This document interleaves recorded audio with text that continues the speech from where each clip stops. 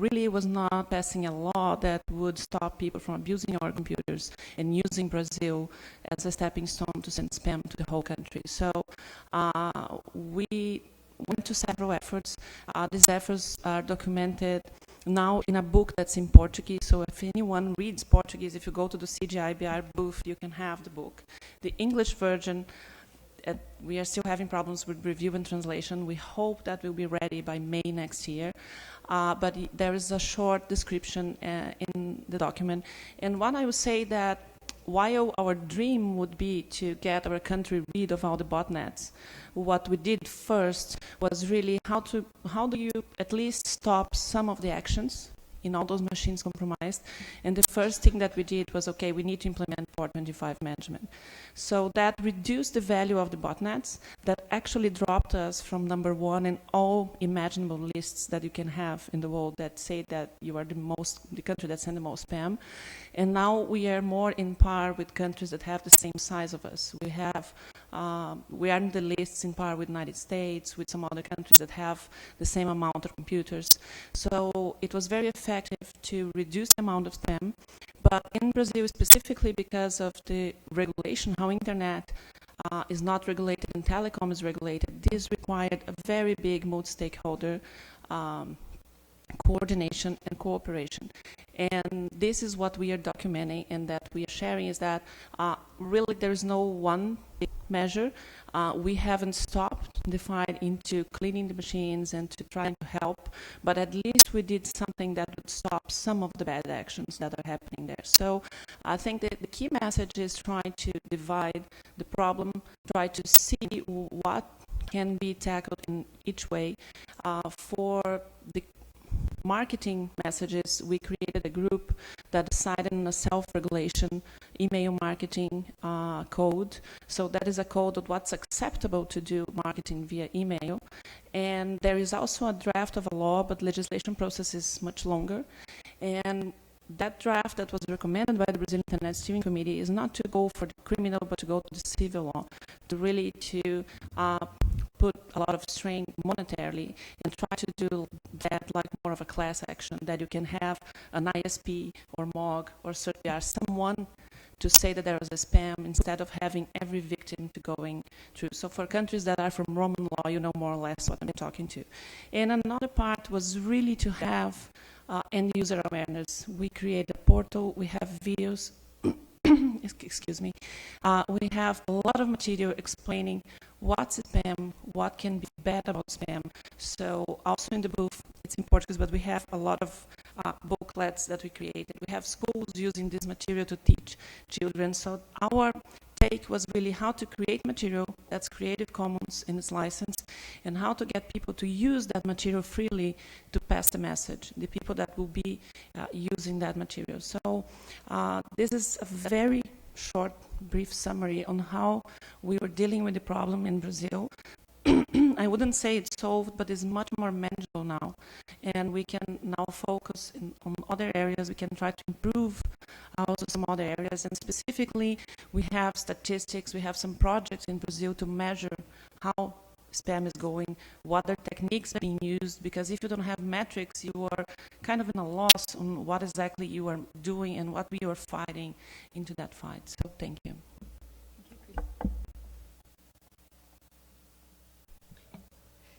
Third time lucky. Thank you, Christine. I'll now hand over to Christian.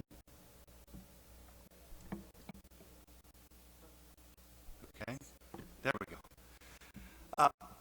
First, I'll do a couple of introductions. I'll introduce myself first. My name is Christian Dawson, and I'm the chairman of a trade association called I2 Coalition. I2 Coalition stands for the Internet Infrastructure Coalition. It is a coalition of companies that make up the nuts and bolts of the internet. We're talking about web hosting providers, cloud providers, some registries and registrars, but also data centers, the people that rack and stack servers in data centers.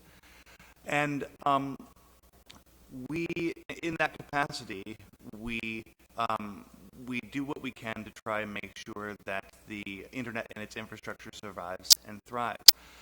Before I move on to how we have anything to do with this, I want to explain who Mog is. We mentioned Mog there, and because I speak before Neil, I get to steal just a tiny bit of his thunder there.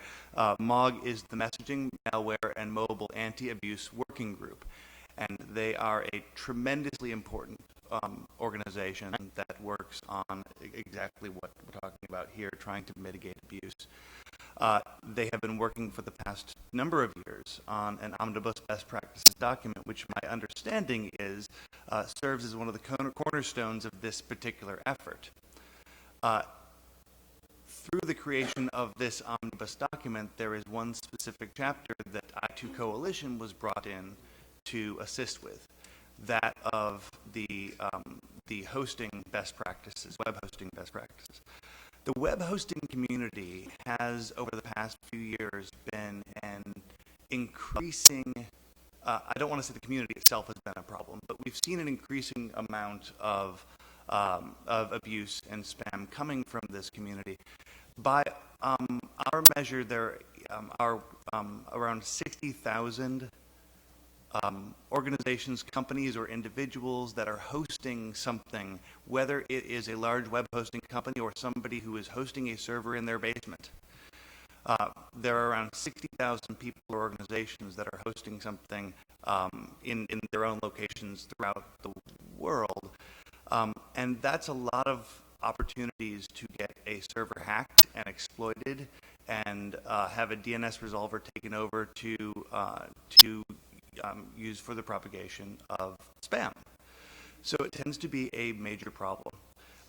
MOG thought to bring in the Internet Infrastructure Coalition to assist them with building best practices that were going to be actionable.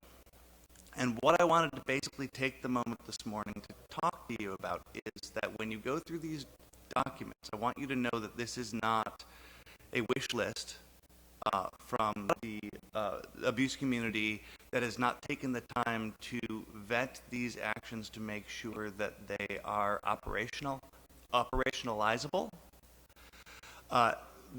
These efforts that you will see have been the work of a deep collaboration with industry, thought leaders and industry actors. And not just that, there have been collaborations with organizations that are small businesses, that are sole entrepreneurs.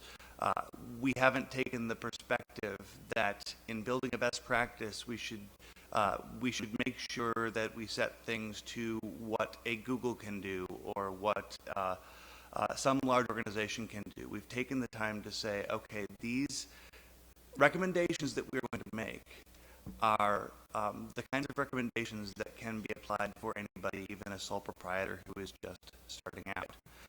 I myself ran a small web hosting company for years, and so that has informed my own involvement in this process. And one of the things I made sure to do at every step along the process in my own involvement was to make sure that we made it simple, easy to understand, and actionable for small operators.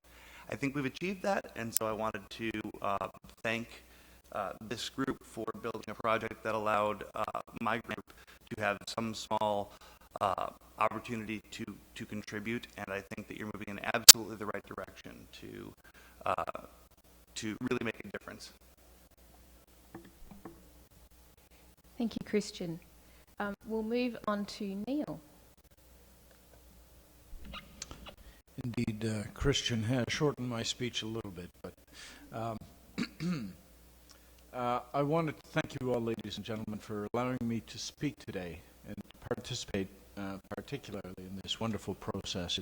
It's been a lot of fun, a lot of work, but I think that our outcome has been remarkable. My name is Neil Schwartzman, and I'm the Executive Director of the Coalition Against Unsolicited Commercial Email, COSS. We are the oldest end-user advocacy group on the Internet. I say end-user intentionally because we do not view users of the Internet as consumers. They are participants and contributors to the overall ecosystem, and I believe they are vital. They are you, they are me, they are your mom and your colleagues, and that's who we fight for. Since Christine mentioned some things happening in her country, the lovely Brazil, I'm going to take this opportunity to mention CASL, which was actually the brainchild of myself and my colleagues at COS, Canada's anti-spam law. It came into effect in 2014 and is the world's toughest cross-border anti-spam legislation.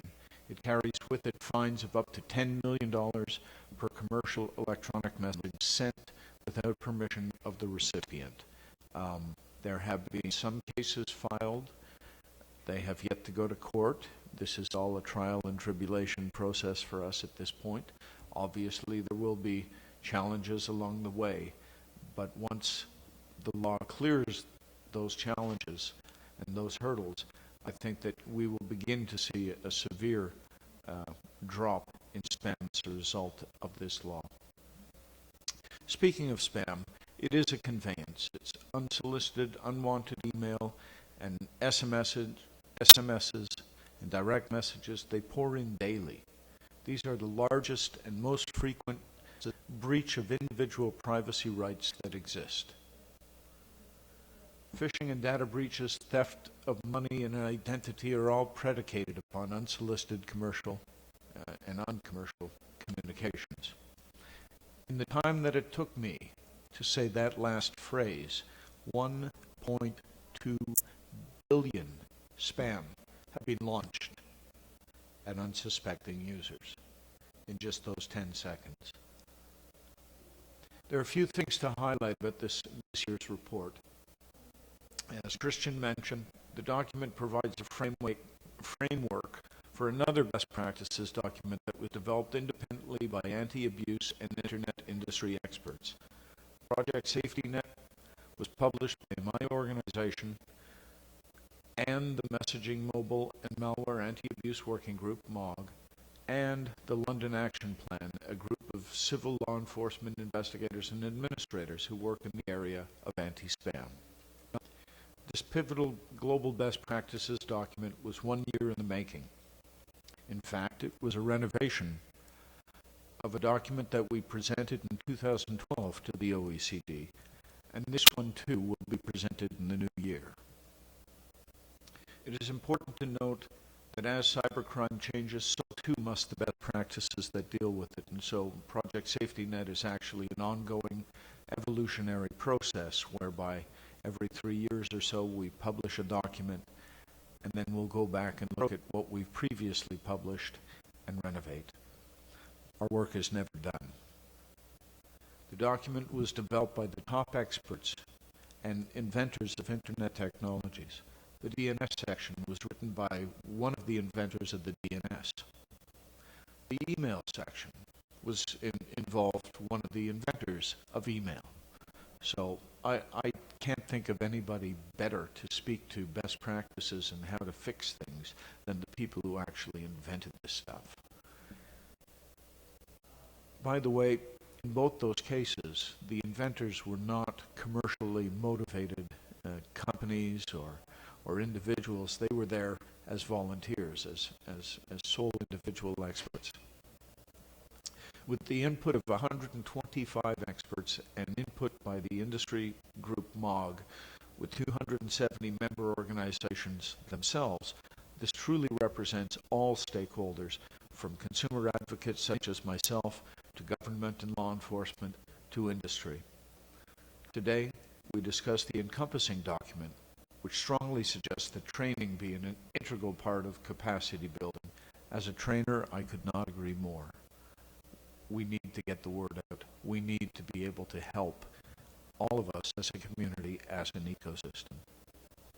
I'd like to make another suggestion, that the IGF, without fail, convene a process to deal specifically with cybercrime, a field that far outstrips mere spam, unsolicited communications, and is truly the main enemy of capacity building for the next billion and the billion after that.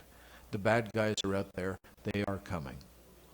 that is immutable. The recommendations that came out of this process and the document that you have before you are well thought out and the considered opinion of myself and my esteemed colleagues. I hope that you agree that these are also the very best that we as a community could come up with. Thank you. Thank you, Neil. And Christian's leaving us. Thank you, Christian. Thanks. We'll hand over to Tomas. Thanks a lot, and pleasure to be on this panel as well. And really, thanks for the work done by BPF itself. It's a very useful document, and I'll have a few comments on that. But before that, just in case there's some people who don't know International Telecoms Union, so we are a UN agency for ICTs, which convenes 193 member states as our members. However, rather uniquely for UN agencies, we also have 700 private sector and NGO members and 100 academia members. And also our role in the broader spam and broader cybersecurity area is also defined by our role in the World Summit of Information Society Action Line 5, so-called, which is building confidence and security in the use of ICTs. And we are the sole facilitator for that action line, bringing all the stakeholders and especially, including UN agencies together to work on those issues. In terms of, and I think the way I would like to kind of frame this, my intervention, is basically also some of the aspects the document touches upon. And first of all, I think from our perspective, this emphasis of newly connected, how to protect newly connected, understanding their specific challenges is very good. Also emphasis on capacity building as well as broadening the issue, as we discussed it yesterday, and we're discussing now that spam is not just isolated issue, it's a broader issue in terms of cybersecurity, even cybercrime, as the previous speaker also mentioned. As also was mentioned here, it's important to measure, so if we don't measure, we don't know. So both also how many, how much of the traffic spam occupies, but also how well countries are prepared. So we need to know where are the white spots, where do we need to direct an action. So also we now revising what we call Global Cybersecurity Index, which is a way we measure preparedness of the countries to tackle cybersecurity issues, and the new revised version will also include spam-related questions that we hope will be contribution to the broader community, also understanding how the countries fare in that regard. Capacity building is of course important, and in terms of a broader spectrum, ITU has been we've been doing quite a bit on that. We did 65 country cybersecurity assessments, help countries implement 11 certs, still 4 in progress, convened 100 countries in 11 cyber drills, and also doing regular capacity building / knowledge sharing work. For example, we recently had earlier this year we had a forum on cybersecurity and fight against cybercrime for members of the Economic Community of Central African States.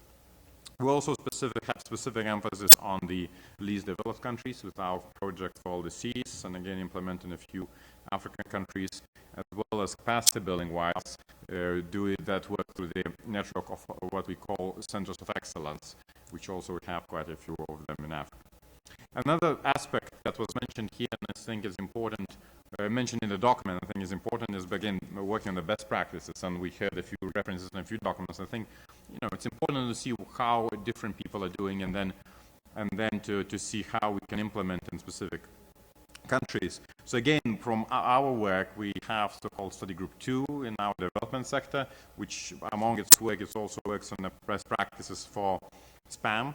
And we have a document released with the 24 best practices in our so-called 2010-2014 study cycle, and we're now working on the next study cycle, this is 14-18 for new best practices. What's important about these best practices, and I can't emphasize this more in terms of ITU work, that it's not just experts doing the best practices for someone, but it's the countries coming together and discussing what works for them, because ITU study groups is where our members member states, private sector members come together to discuss what's the best work for them. So that's, we believe, is a good inclusive way to find the best solutions that would work on the ground. We also have documents like an International Cybersecurity Strategy Guide, helping countries to understand what needs to be covered, as well as recently updated publication on understanding cybercrime. In terms of the specific aspects also, again, in the context of broadening the issue, child line protection activities come close to that, because again, and that's Julia's kind of previous job, sorry, new job, moving in, but they're kind of closely related, because a lot of that, especially messaging and all that, could be, again, spam is not always defined by the purpose, it's commercial, but it could also be for other purposes. So again, in that regard, we have in COP, so-called child line protection guidelines, specifically for teachers, parents, children, and industry. And actually, the last updated one, industry, was launched last year at IGF. And we're pretty happy with the collaboration with the industry, including specific mobile operators through GSMA, that this actually being implemented on the ground. And again, good industry practice then to make sure that these are safeguards that industry implement and it's protected. One thing that's mentioned in the paper, but maybe we could expand a bit more, is standards. Because again, standards are important. And when we build capacity, it's not all about policy, but it's also specifically what needs to be done on technical measure. Again, just marketing plug. So ITU has 12 technical anti-spam standards, and plus 6 being developed, so something to look into. In terms of in another topic that's mentioned in the document is regulatory framework or legal framework. So, of course, we have African Union Convention on Cybercrime. That's paper is also talking about and encouraging notifications. We should also not forget that most of the African countries have signed up, and now from January 1st this year. Yes. From the Economic Commission for Africa, I'm coordinating the African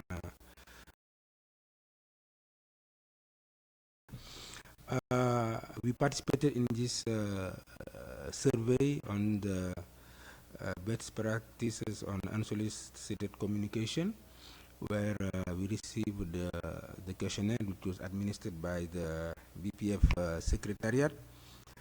And then we had a meeting on 7th September at the African IGF. A panel was constituted where we had 4 members of stakeholder groups discussing the result of the survey. And the meeting came up with the following recommendations. The main one was that the panel decided that there was need for an African safety mechanism with an emphasis on Pan-African collaboration and cooperation in the prevention and effective countering and combating of spam. And then at the end of the panel, the participants took the following 4 recommendations. To encourage government, the private sector, and non-governmental organizations to work together to raise public awareness on the risks of spam and of what can be done to combat it.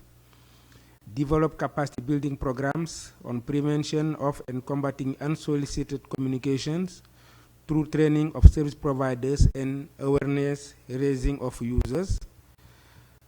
Build the regional and international cooperation in cybersecurity to enhance public protection and to promote more effective information sharing to address cyber crimes. Parenthesis, effective regulation service providers who are not able to combat spam. Thank you. Thank you, Mikan. I wish that I thought of that when I was still working with spam. It doesn't work with cyber boys. I will throw to the audience for any comments, but I think what I'll do is just cover our first draft recommendations so that can form part of any interventions you'd like to make. For those who weren't here earlier, we're going to be passing around ID rating sheets. So if you have a pen, indicate what you think of each of the individual recommendations. It's quite self-explanatory. And then if you've got any special comments, just write them on the sheet. If you need any help, perhaps raise your hand and Wout, can you pop down and help someone if they need it? But I think you should be fine. So we've already suggested this a little bit in what we've mentioned in each of our interventions, and that is in putting together this best practice forum this year. And I think, in fact, this has evolved from last year. So last year we had a best practice forum on spam, which had a number of recommendations, and this particular forum for 2015 arose out of that. it became clear, and this was particularly as we were putting the report together, that the topic of spam is actually quite small. And in fact, we weren't just talking about spam, we were talking around a whole range of issues: cybersecurity, cybercrime, cyber safety. And when we were talking about education, I mean, it wouldn't make much sense to educate technical people or citizens or children just about spam. It would be a very small discussion, and one would think there's a whole lot of other things they need to know about these issues. So with that in mind, our first recommendation is that it would be better for best practice forums to focus on broader cyber security, cyber safety, cyber crime issues, rather than specific symptoms such as spam.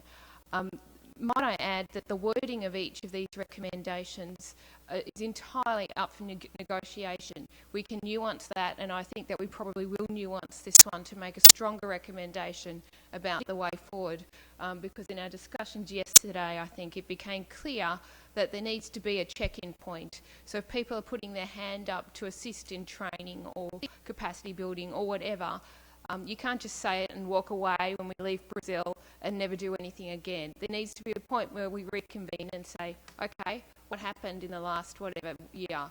What's happening in the next year? So this is what the purpose of this recommendation really is, to develop a check-in point that's better than the one that we've got right now. I'll throw if there are anyone who would like to intervene, if they'd like to come up to the microphone, and please do so at any point, might I add. If you'd like to speak, just come up. But could I invite if anyone would like to come up now? Please. And if you could please introduce yourself before you start. Thank you.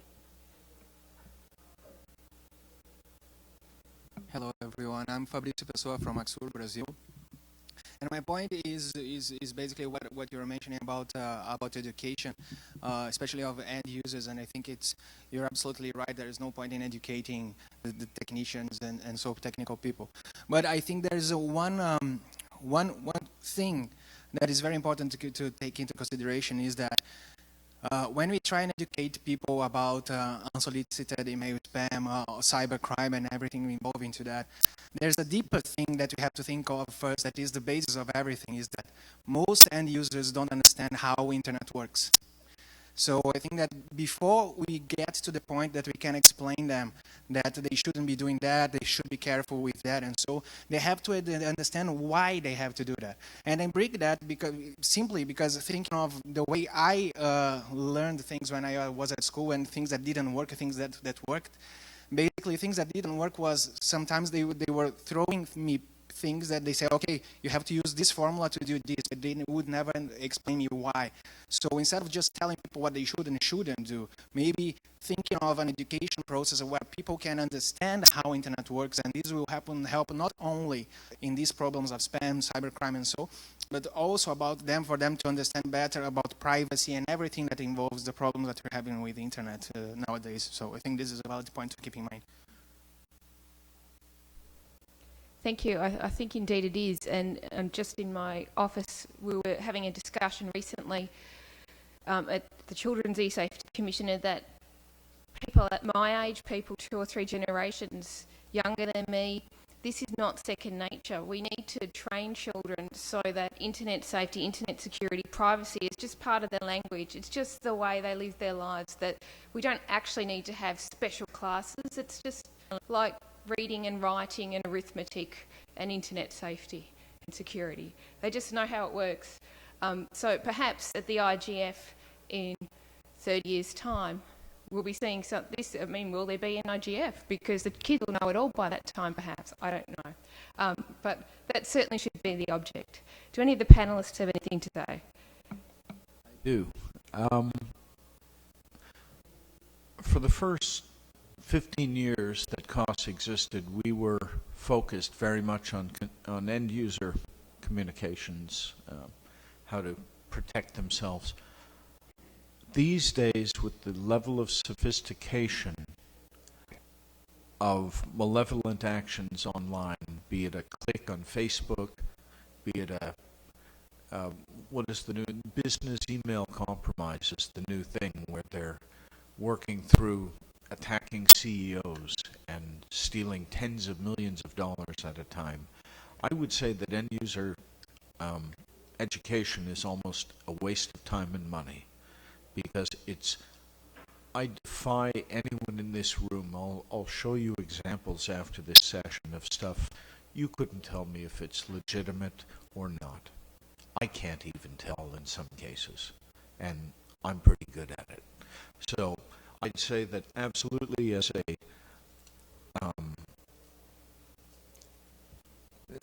part of a school curriculum, absolutely, it needs to be skeptical. Don't trust everything you see. Double check. But we as technologists also have a responsibility to come up with much better ways to differentiate between what is false and what is not. Because right now, there is no difference. Thank you, Neil. We'll move to the second recommendation, which is around statistics. And Neil was responsible for putting together the statistical part of the report. Thank you, Neil. That was work that I didn't want to do. So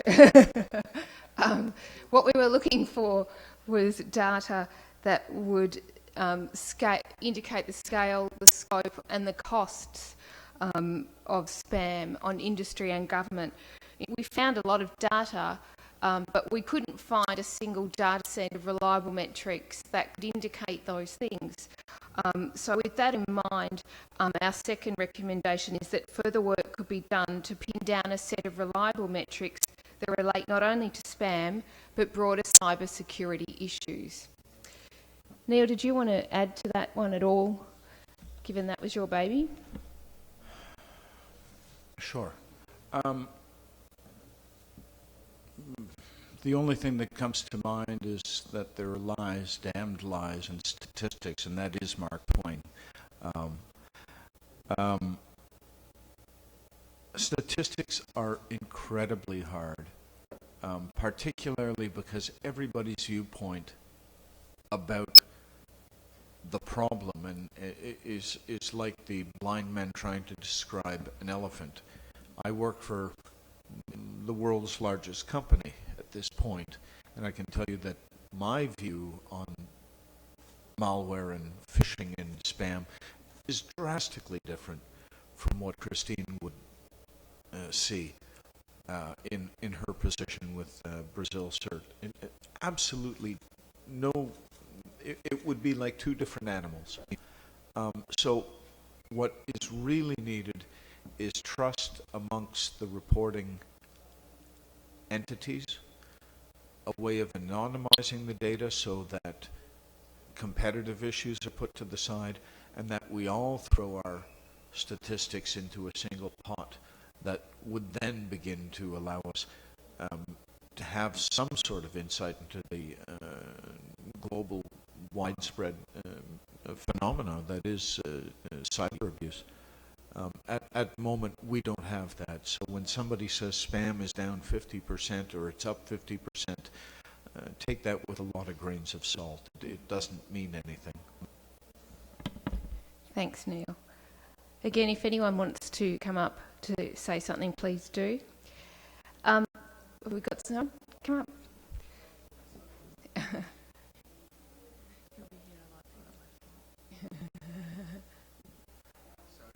You'll get used to that, it's always me. I just wanted to add a point to what Neil said that I think is important, and even if I work with a company that deals with cybercrime and so on, we see that financial institutions is the main target and one of the main problems when we talk about phishing. And on the other side, people don't really talk much about it. So I think that the approach that the banks have towards that, we would need to try and change it a bit, because the way I see it happens nowadays is that, for example, at least in Brazil, and I think most countries, is if you have if your credentials are stolen and your banking information is stolen and used, you call your bank, they're going to give you back the money, and nobody talks about that. So how can you solve a problem that you don't know that exists? right? So we would need a change in the way of seeing things, because now the banks don't want to talk about that because they are afraid that the customers won't trust them anymore, and we will not use that anyways. But the problem is there and it's happening. So if we could try and invert the way of seeing and say, look, the problem is there, and that's what we do to try and protect you. So that, because if, again, talking about end user education somehow, if they are aware of the problem, it's easier for them to try and be more careful about it. But if the problem doesn't exist, how can you solve it, right?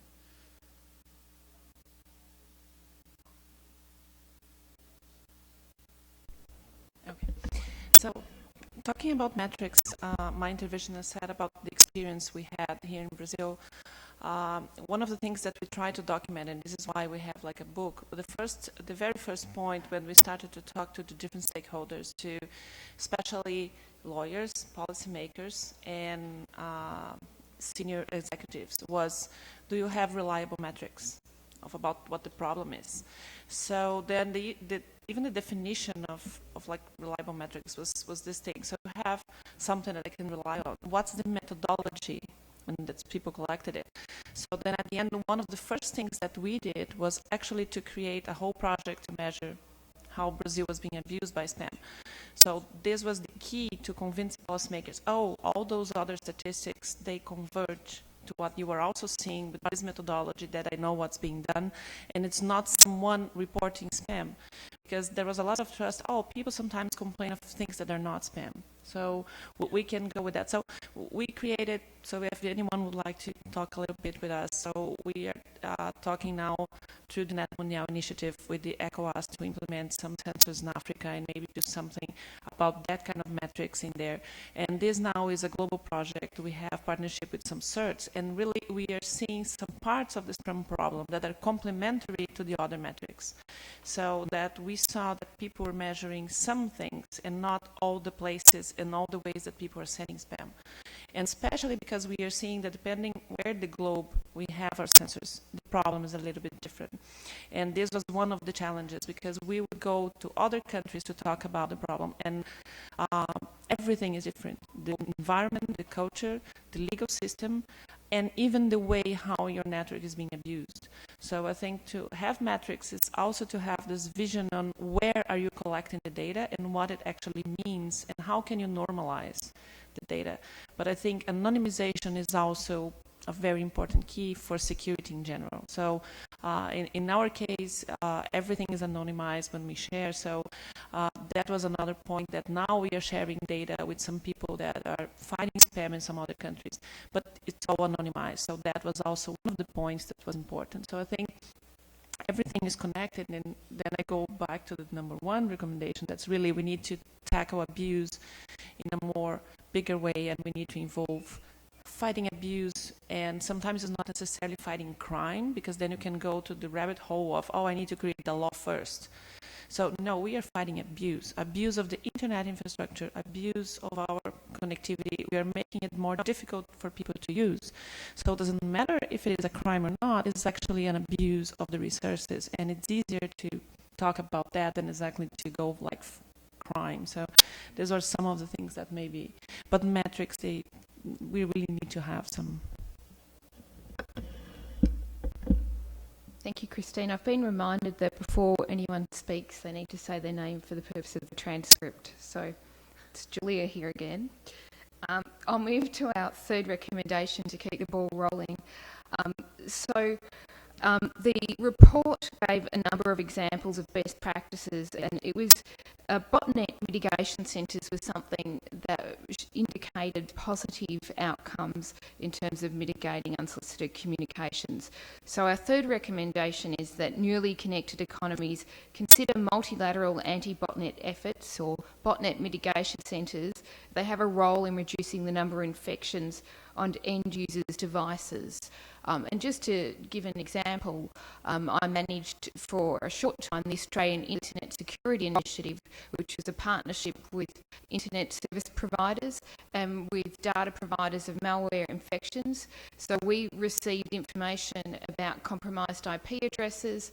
We received information from internet service providers regarding their IP ranges, and we provided the details of the IPs on particular internet service providers' networks so that they could then follow up with their customers. That's the 30-second version of that, but if you're interested in that initiative, it's the AISI. So I believe we've thrown all the recommendation sheets out, so you should be seeing those. Any comments about botnet mitigation centres from anybody? Yes, we have one in the audience. No, You need to use the microphone, sorry. And if you could give your name, I think Wout's reminding you also. Hi, yeah, Nick Shoy from the UK government. Just on that point, is that something? Is that a role that maybe certs could play? I was just thinking. I was just mindful of maybe we don't want to encourage the creation of too many different organisations that sort of overlap one another. In the UK, for instance, we're looking at this issue of mitigation at scale of low-level threats, just like this, but sort of bringing together the people who already operate in this space, like law enforcement agencies and certs, rather than sort of creating a whole new organisation. I'm just wondering whether sort of maybe we could sort of recommend and support our the work that we're doing to try and establish certs, and say this is something that maybe certs can collaborate on because they already have those channels of engagement, rather than maybe saying you need to set up something totally new and bespoke just for this. We could actually sort of recommend bringing that into the realm of organisations that already exist in this space and avoid duplication. That's just it. Okay. So I think one of the things that, if I'm not mistaken, I couldn't attend the session yesterday afternoon because I was at another panel the whole afternoon. So, but one of the things that we are studying is really to recommend to the IGF to merge, because there is another best practice forum that's called Establishing Certs. That will be tomorrow, so I'll be chairing the session. But really, if you go to most of the anti-abuse and anti-botnet centers, you see a cert involved, especially in Europe. So in the case of Brazil, the whole technical coordination was done by CertBR that I'm a part of. And especially in our metrics measurement, since you are from the UK, we just partnered with Cert UK and we are putting a metrics in there. So really the certs, they are involved and they are actually leading a lot of those anti-botnet initiatives. Even some case studies from the certs BPF point that. So I think this is why everyone was saying, so we need to get MOG, we need to get the I2 coalition, we get everyone, certs are involved, but in the countries that are now creating certs, sometimes you need to have more people involved, sometimes you have the cert partnering both, but I think that in most countries you have certs involved. Sometimes the cert will not be like the center, but really it's part of, I think, the movement. I don't know how is that feeling, but from where I see, most of the certs that are involved, and they are some of the drivers because they are seeing the problems and they're actually driving the countries going forward. I know that Japan was JP Cert was involved, in Switzerland Switch Cert is involved, in Portugal was Cert PT. I know there are other certs in some areas. So for the local anti-botnet centers. So I think Neil has a small. I think it's absolutely true. My name's Neil Schwartzman. That the certs are an integral part of this process. In other countries, we've seen industry-led initiatives. The ABCs for ISPs, which was published by MOG, there is some debate as to the effect of these initiatives, but ultimately what I saw was a whole bunch of countries at the ISP level taking initiatives, anti-bot initiatives, almost all at the same time, and suddenly all of the bots moved to the hosting companies. I don't know if that was cause and effect, but I'll leave that to greater minds than my own. But I will say this, all stakeholders need to be involved. It cannot be just the certs. I recall, well, my own Canada cert was running 9 to 5, Monday to Friday, until something really bad happened, and then everybody was embarrassed. But some certs are really poorly organized, are underfunded. I think mine is.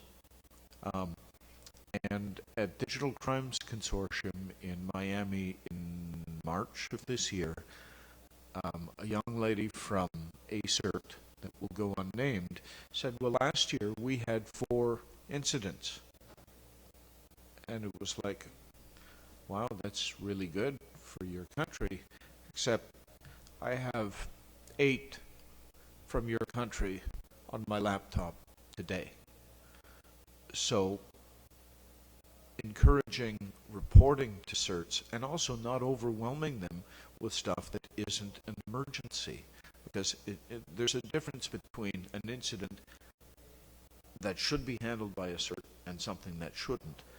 So there needs to be a process involved so that we don't overwhelm the certs, so that they're dealing with stuff that is of true impact on critical infrastructure. So all of this to say that the certs should lead, because I think they're positioned and funded appropriately, but we need to help them coordinate this process. Thanks, Neil. Julia again.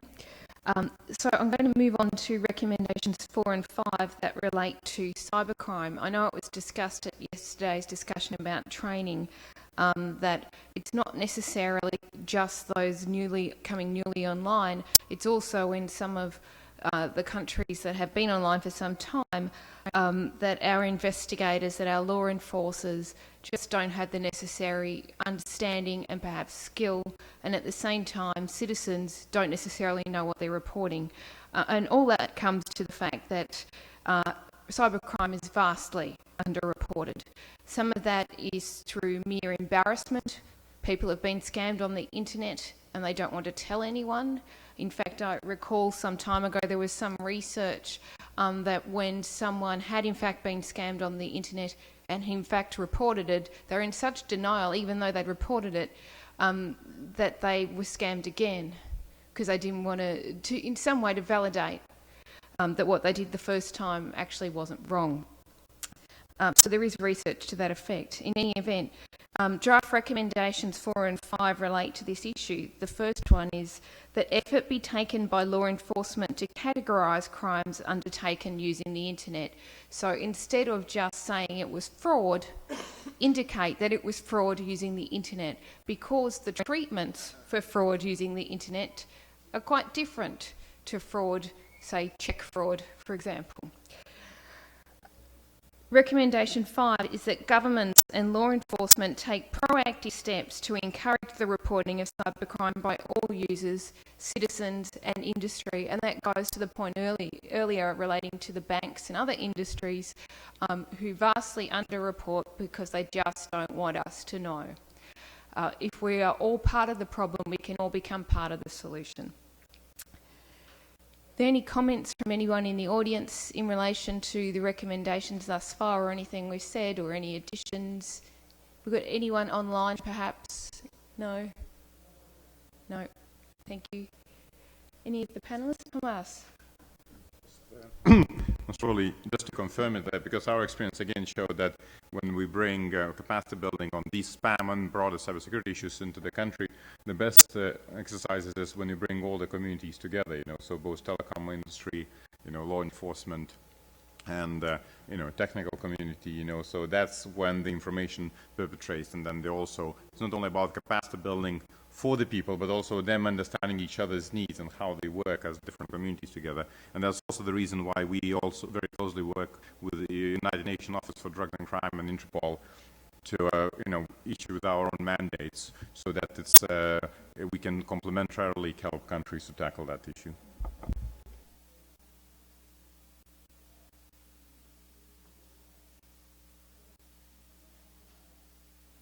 it's Nick again. Sorry, I'm going to become like my other good friend there from Brazil, always coming up. On those points, yes, brilliant. Absolutely agree. I think they're great. The challenge, I think, often in terms of the reporting is that sort of law enforcement agencies are operating with kind of legislation that's maybe slightly outdated, and so that's why they do have to sort of report these things as, yes, this was a fraud, rather than this was a cybercrime issue which resulted in fraud. But I totally agree with that. And then in terms of the encouraging of reporting, again, absolutely couldn't agree more. But I'm mindful of the commercial sensitivities, which are sort of a key element of this. One of the things we've set up in the UK, which follows on from this the previous bit about the certs, in the UK we've set up this cyber information sharing platform, which Christine will know about, and it's a portal where sort of hosted by Cert UK, where industry, businesses operating in the UK can securely communicate and discuss and share information about threats collaboratively to work on issues and solve problems. But it's kind of a sort of a vetted thing. So there is that trust that the people that you are sharing your information with will treat it with the sensitivity to which you would expect, and so therefore these issues can be understood in the round, but with that caveat. And another challenge, I think maybe from a sort of a government side and law enforcement side, in many countries, is that they simply don't have the infrastructure to be able to receive such reporting. So I don't know whether that's something that we could maybe fit in here. It's at risk of making it too broad, but for instance, there are many sort of law enforcement agencies around the world that don't have their own infrastructure that allows PGP emails, for instance. That's a major challenge. I know we've had the same problem historically, on some government systems, and industry wants to be able to share information securely, so they want that PGP facility. So it can be those small things that can make a massive difference at times. So just sort of mindful of those things. Thank you.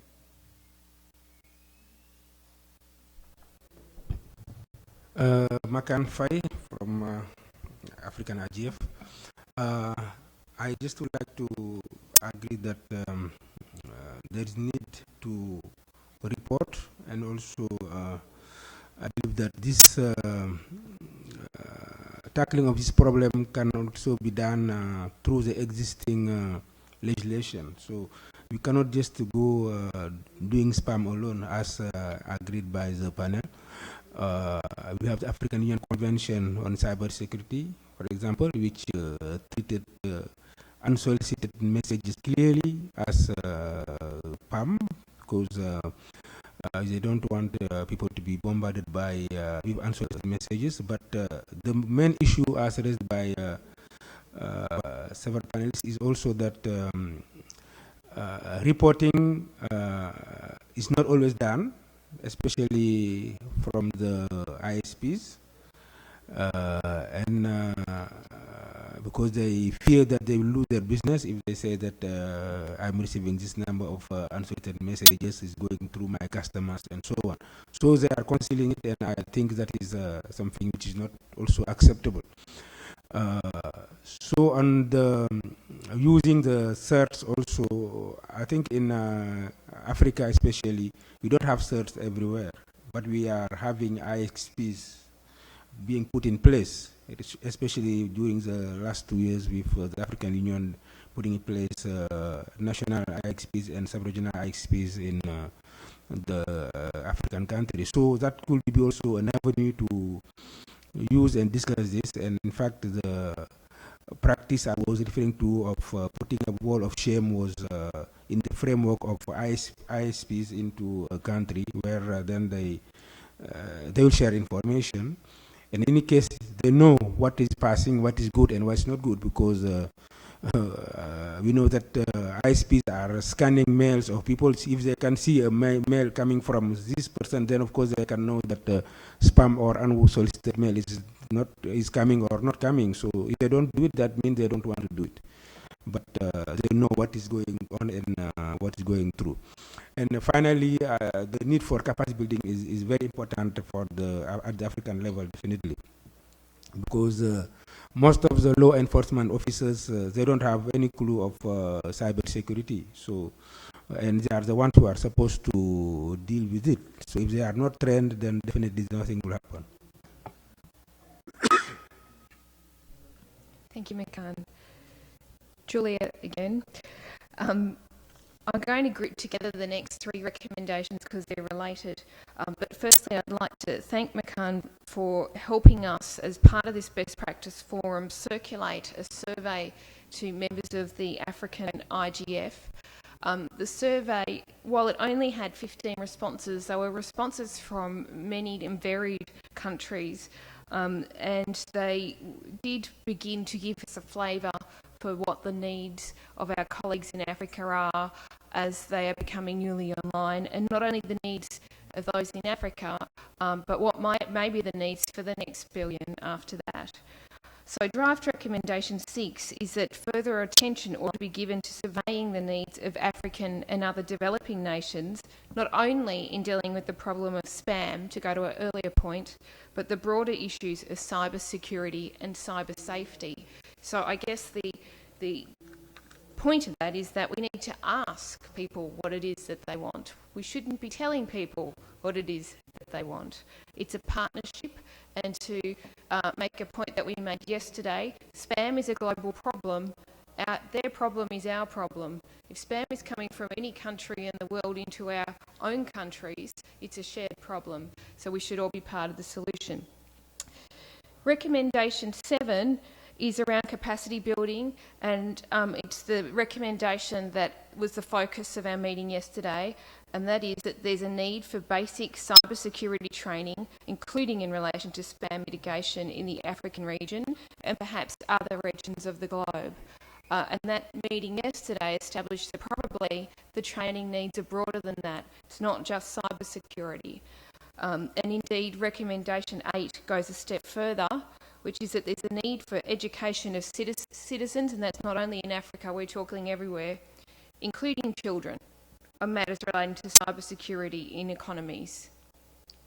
So if anyone has any comments in relation to any of those things, our survey of our colleagues in Africa and training initiatives, both in cybersecurity and other matters, I'd ask you to come forward if you'd like. Any of the panellists? Thank you. Okay. Makan Fai from the African IGF. In fact, when we started discussing the survey,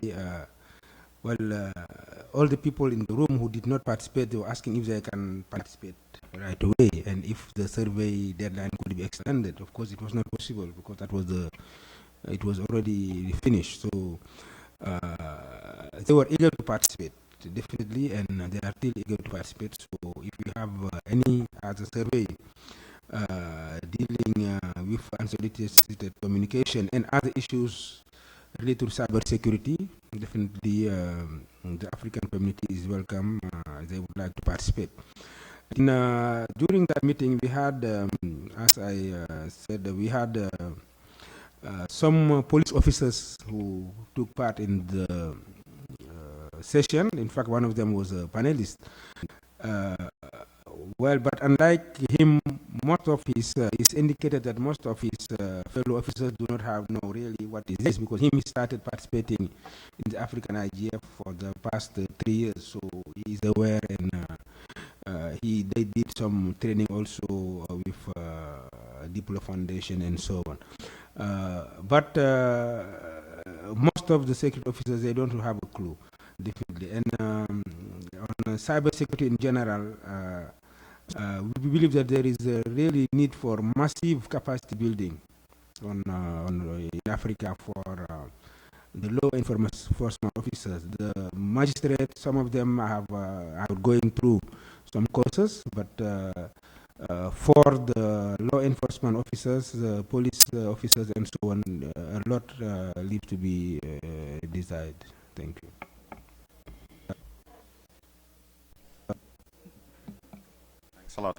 Thanks a lot, Thomas. Also, the context is, I think it was before mentioned about this next generation already know what to do, you know. So that's also important when we do the training. Again, one of our experience is also, you know, not only to train to build the capacity of the children, build the capacity of the teachers, you know. So and then other stakeholders surrounding that. So that's, you know, we have a project again in Africa, where we work together with Facebook, both helping training teachers in how to recognize cybersecurity issues, including child line protection, but also spam, but also, and then also building children awareness. So bringing all the stakeholders groups together. That's just adding. Any other comments around the panelists at this point? No? Anyone else? No? Oh, please.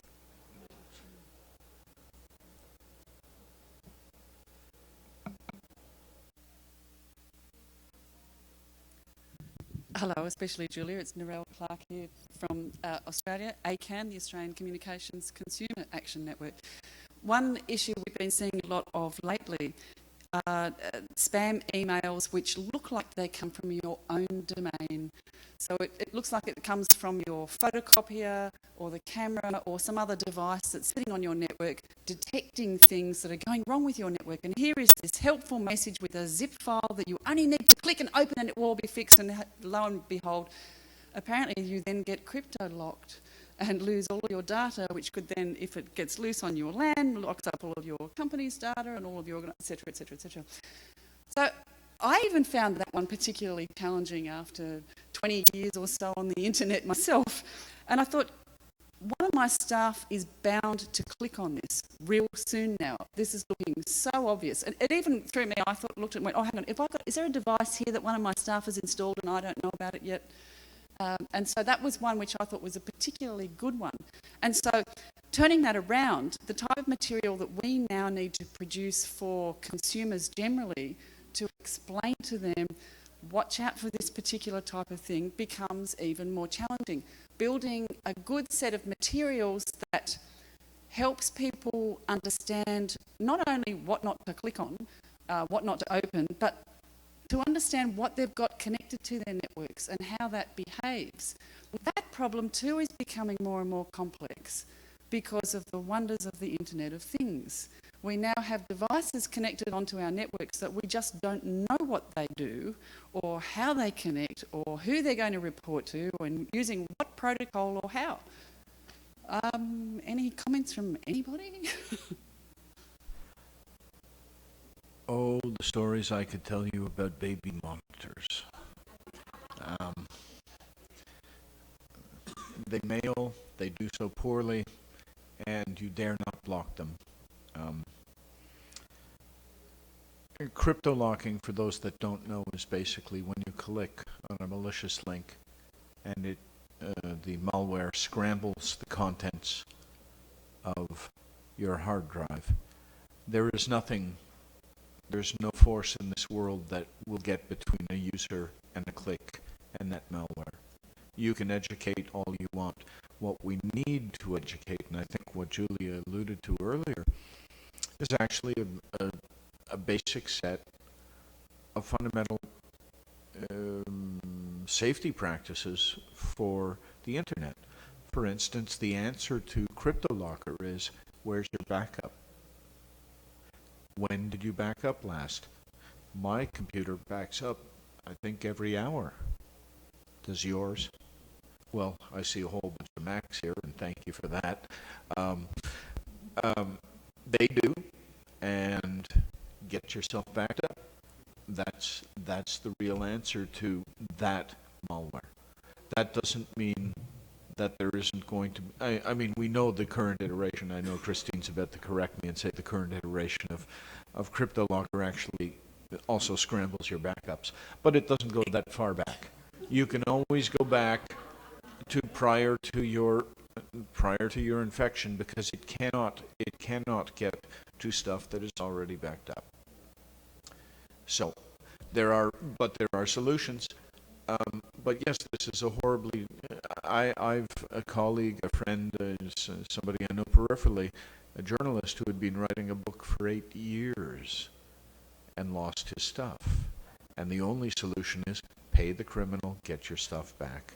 And they do give it back. We've seen police forces whose networks have been. So anyways, we don't want to spend too much time on this issue du jour, because it really is. It'll go away. Eventually the guys will get arrested. That is going to happen. They've messed with far too many people not for it to not happen. But anyways, Christine, I'm sure you have.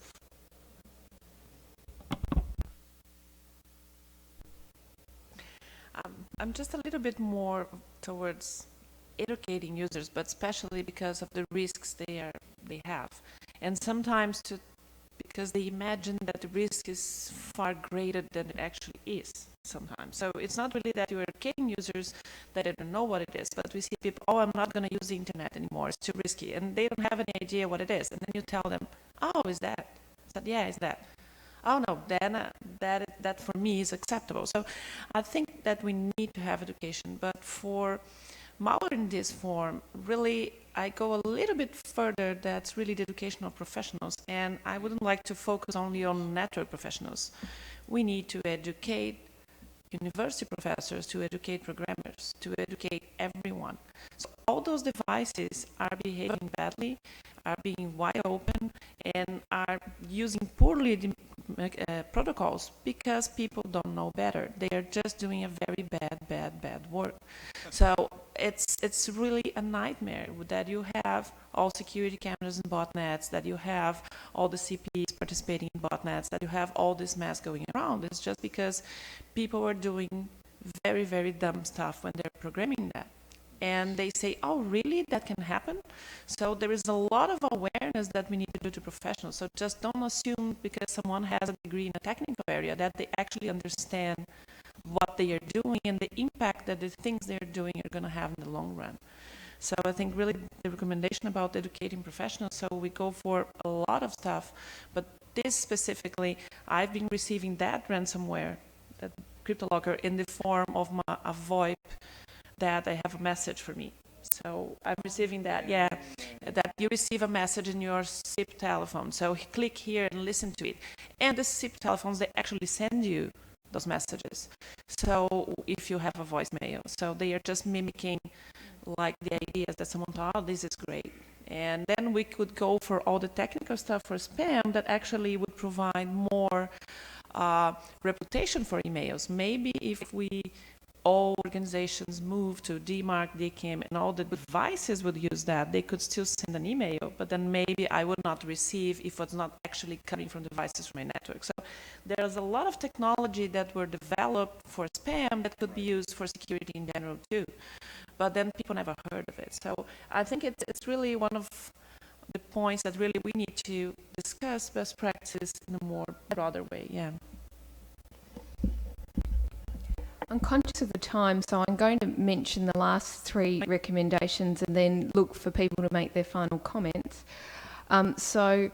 Recommendation 9, which is one that we focused on a little bit yesterday in our discussion about training, and that's that industries affected by spam, phishing, etc. must continue to evolve in order to protect their own reputations and to ensure that their own customers do not become victims. And what it was proposed yesterday to add was, in fact, they should be paying for training. They should be putting money into making sure that people know how to use the internet properly. And we're not just talking about users, we're talking about technologists, we're talking about those who build infrastructure, those who write software, those who provide hardware. Moving to recommendation 10.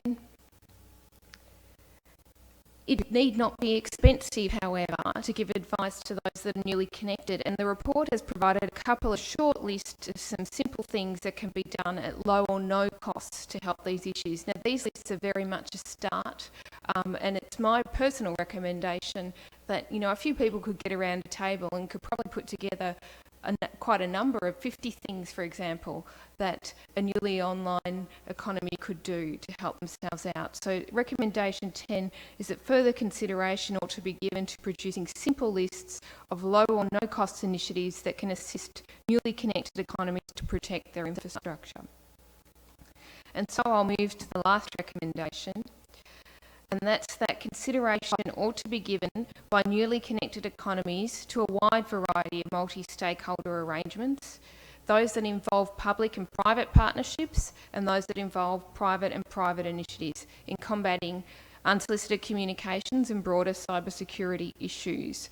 And you'll see in the report, if you've had an opportunity or do have an opportunity, that we cover off a number of those sorts of arrangements and indicate some of the successes that have had there. So that's our recommendations. Are there any final thoughts from our audience before I turn to our panellists?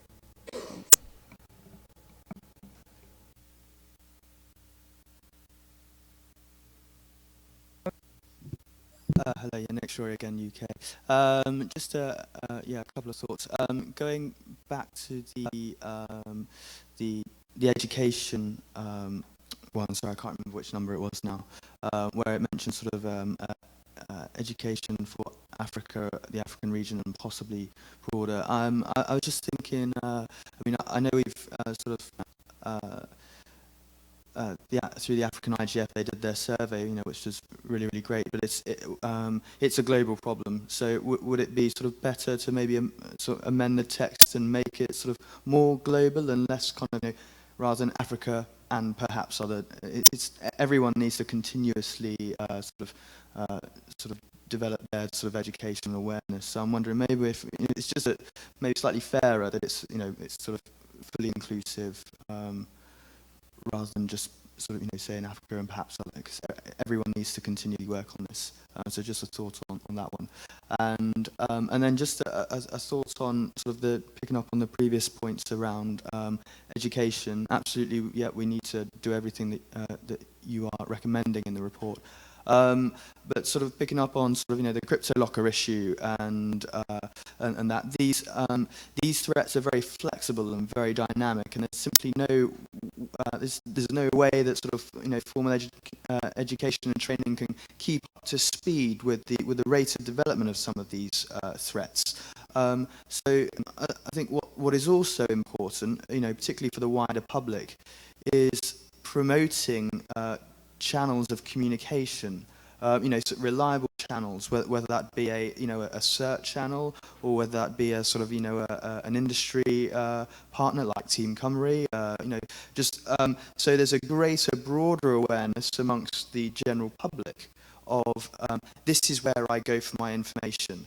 So if we can sort of develop their training, great, but also sort of that awareness that just like you when you get up in the morning, you flick on the TV and you go to the news channel so you can get your news.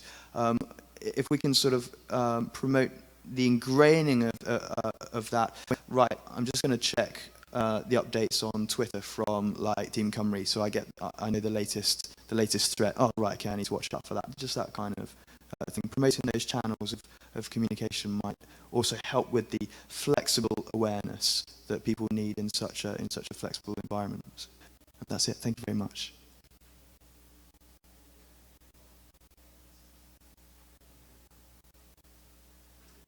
Yes, I'm Marcus Kumar. I was the coordinator of both the unsolicited communication and the CSERT session, but I didn't have to do much as the experts were so excellent, and congratulations to your excellent work.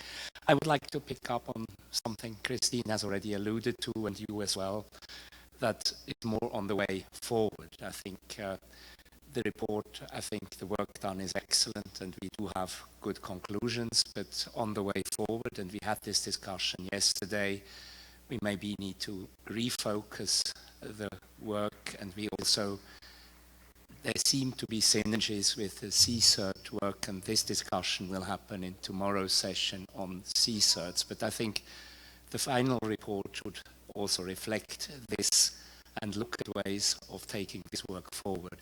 Listening to the very good discussion, there seems to be appetite and there seems to be a need. and we have identified priorities for future work, but I think we will have to think about how to operationalize it in the IGF context. It doesn't just happen. And however good the report is, however good the recommendations are, unless we have concrete suggestions on how to take the work forward, nothing will happen. So this is my suggestion as a sort of final input into the report that will then go back to the community. We will have some time, 2 weeks we are given for finalizing the report after the meeting, and we will have the discussion also tomorrow at the CSERT session on how to create synergies between the two processes and what may be the best way forward. I don't have the answer, but I just put that on the table. Thanks. So we have an online question, which is... They said that you would put it there. Oh, okay. It's up there. It's on this... No, it's up. Oh. For some reason it's up there too. I can't see. So you can technically handle this forged from header, but spammers are very creative. For instance, they can create an account similar account from your domain on Gmail or another free email provider. So I also believe that we need to educate everyone, our technical staff to provide a better support of the matter, and our users to be smart enough to detect those kind of phishing messages. And that's from Robson Eisinger of the University of Sao Paulo in Brazil. So that's a comment rather than a question, so that's good. I'm conscious of the time, so can we all have on the panel a quick 30 seconds? Okay, let's talk actionable for a moment. I've always thought that computer viruses need an analog like the United Nations has for the WHO, a centralized organization that deals with cybercrime and stuff like that. So when you talk about distribution of information, it needs to be international. It needs to be an NGO or an Uber-GO that does this, not a commercial entity. And Team Cymru, and God love them, are a commercial entity. And so I would certainly see a role for the United Nations in creating a cybersecurity wing that is analog to the WHO, and taking that under serious advisement.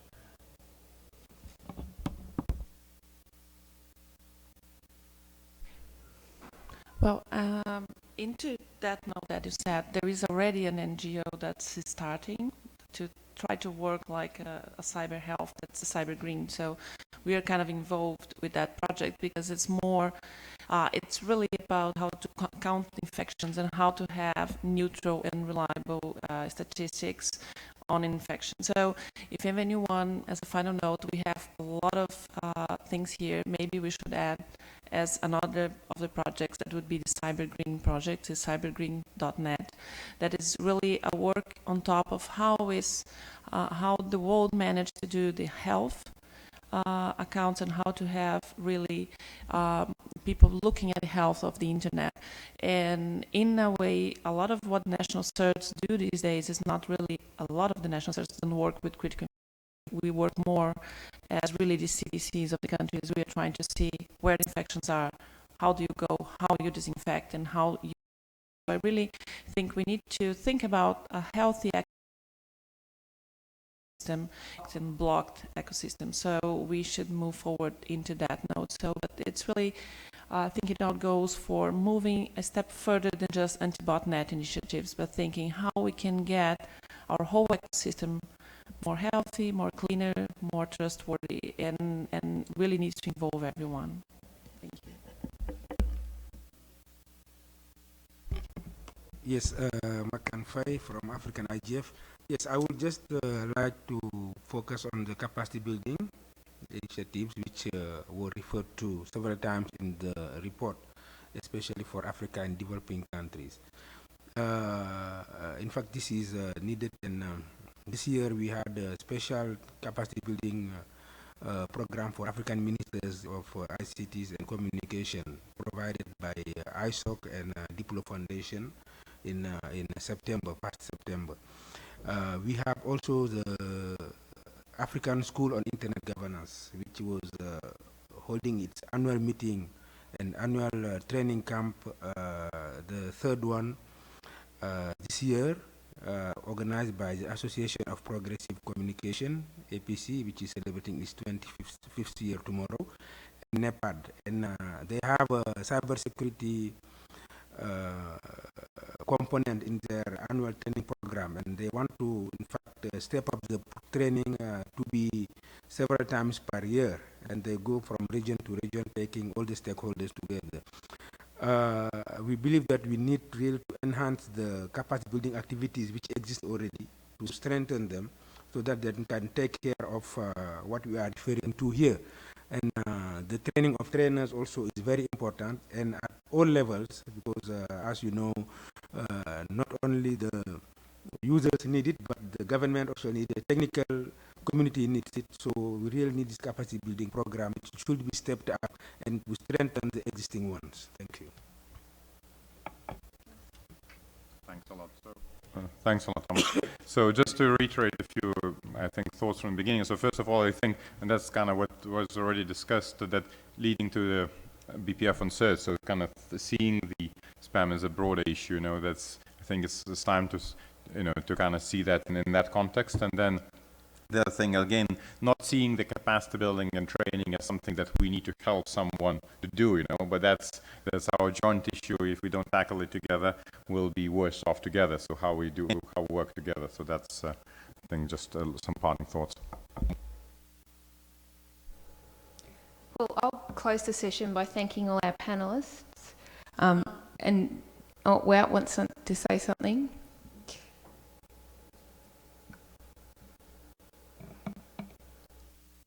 For you, thanks, panelists. My name is Wout Natus. I'm the consultant for the UN and the IGF secretariats to assist this group. And before we close, I would like to thank the lead expert and the experts, Julia, Christine, and Neil, for a tremendous amount of work done. So on behalf of the IGF secretariat, thank you very much. But also the people that may not be in the room who have provided all the case studies that went into the report, have actually given the world a lot of best practices that are worthwhile studying and perhaps even following. But first I would like a hand of applause for our lead experts that did a tremendous amount of work. So thank you.